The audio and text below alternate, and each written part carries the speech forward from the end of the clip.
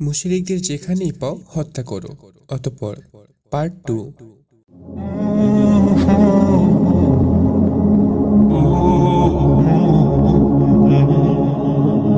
তোমার লেখার হাত দারুণ, আমি পড়ি তো। বেশ ভালো লিখো। সাজিদ বলল, দাদা ওটা কি মুক্তিযুদ্ধ বিষয়ক ছবি যেটা আঁকছো? নীলুদা বলল, আচ্ছা দাদা, মুক্তিযুদ্ধ নিয়ে তো আমার বেশি পড়াশুনো নেই। তুমি তো আবার এই লাইনের। আজ তোমার কাছ থেকে মুক্তিযুদ্ধের গল্প শুনবো। নীলুদা মুচকি হাসলেন। তুলি শেষ আঁচড়খানা দিয়ে খাটের উপর উঠে বসলেন।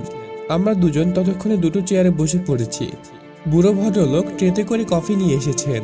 নীলুদা কফিতে চুমুক দিয়ে মুক্তিযুদ্ধের গল্প বলা শুরু করলেন। 1971 সাল। পশ্চিম পাকিস্তানের হাতে চরমভাবে নির্যাতিত ও নিষ্পেষিত হচ্ছিল বাঙালিরা।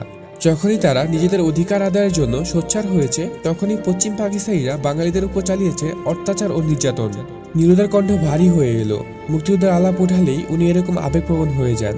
তিনি বলে যাচ্ছেন, এই অত্যাচার ও নির্যাতনের মাত্রা এতই ভয়াবহ হয়ে উঠল যে বাঙালিরা শেষ পর্যন্ত নিজেদের এবং নিজেদের মাতৃভূমিকে রক্ষা করার জন্য অস্ত্র হাতে তুলে নিতে বাধ্য হলো। তখন চলছে উল্টাল মার্চ মাস। হাজার বছরের শ্রেষ্ঠ বাঙালি ও বাঙালি জাতির কর্ণধার, ইতিহাসের বরপুত্র, জাতির জনক বঙ্গবন্ধু শেখ মুজিবুর রহমান রেসকোর্স ময়দানে সশস্ত্র যুদ্ধের ডাক দিলেন। সাজিদ বলল, দাদা তোমার ফোনের রিংটোনটা আরেকবার শুনি তো প্লিজ। আমরা তাদের ভাতে মারবো, আমরা তাদের পানিতে মারবো। বাবারে কি সাংঘাতিক কথা। নীলুদা কপালের ভাঁজ দীর্ঘ করে বললেন, সাংঘাতিক বলছিস কেন? বরং বল, এটাই হলো বাঙালির মহাকাব্য। সেদিন এরকম করে বাঙালিদের অনুপ্রাণিত না করলে আমরা কি স্বাধীনতার স্বাদ পেতাম? সাজিদ বলল, তাই বলে মেরে ফেলার কথা? এ তো আইন হাতে তুলে নেওয়ার মতো ব্যাপার। নীলুদা বলল, যেখানে নিজেদের অস্তিত্বই বিলুপ্ত হওয়ার পথে, সেখানে তুই আইন বানাচ্ছিস? যুদ্ধের ময়দানে কোনো আইন চলে না। তারপর কি হলো? বঙ্গবন্ধু সেই ঐতিহাসিক ভাষণে উদ্বুদ্ধ হয়ে বাঙালিরা ঝাঁপিয়ে পড়ল যুদ্ধে। আমি বললাম, তারা অত্যাচারী পাকিস্তানিদের মারলো এবং মরলো, তাই না? হ্যাঁ তাই। যুদ্ধের পরে আমরা তাদের ভাতে মারবো, পানিতে মারবো, অথবা যার যা কিছু আছে তাই নিয়ে যুদ্ধে ঝাঁপিয়ে পড়ো, এরকম কথার জন্য বঙ্গবন্ধুকে কি জেল খাটতে হয়েছে?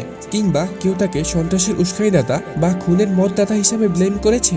সাজিদ জিজ্ঞাসা করলো, তোর মাথায় কি গোবর নাকি রে সাজিদ? এটা কোনো কথা বললি? এটার জন্য স্বাধীনতার মহানায়ক বঙ্গবন্ধু শেখ মুজিবুর রহমানকে কেন ব্লেম করা হবে?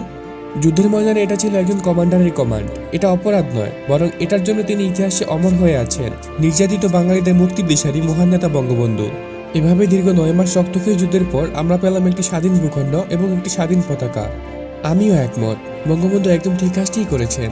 আচ্ছা দাদা, ঠিক একই কাজ, অর্থাৎ নির্যাতিত, নিষ্পেষিত, দলিত মানুষের অধিকার আদায়ের জন্য পৃথিবীর অন্য কোথাও যদি অন্য কোনো নেতা এরকম কথা বলে যে শত্রুদের যেখানেই পাও হত্যা করো, আর এই কমান্ডে উদ্বুদ্ধ হয়ে যদি নির্যাতিত মানুষগুলো যুদ্ধে ঝাঁপিয়ে পড়ে, তুমি সেটাকে কোন চোখে দেখবে?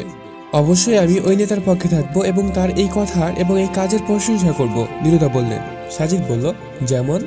যেমন আমি চে গুয়েভারার সংগ্রামকে স্বাগত জানাই, আমি জোসেফ স্ট্যালিন, মাও সে তুয়েংয়ের সংগ্রামকে স্বাগত জানাই। এরা সবাই নির্যাতিতদের অধিকার আদায়ের জন্য লড়েছেন। এবার সাজিদ বলল, দাদা আপনি আরবের ইতিহাস জানেন?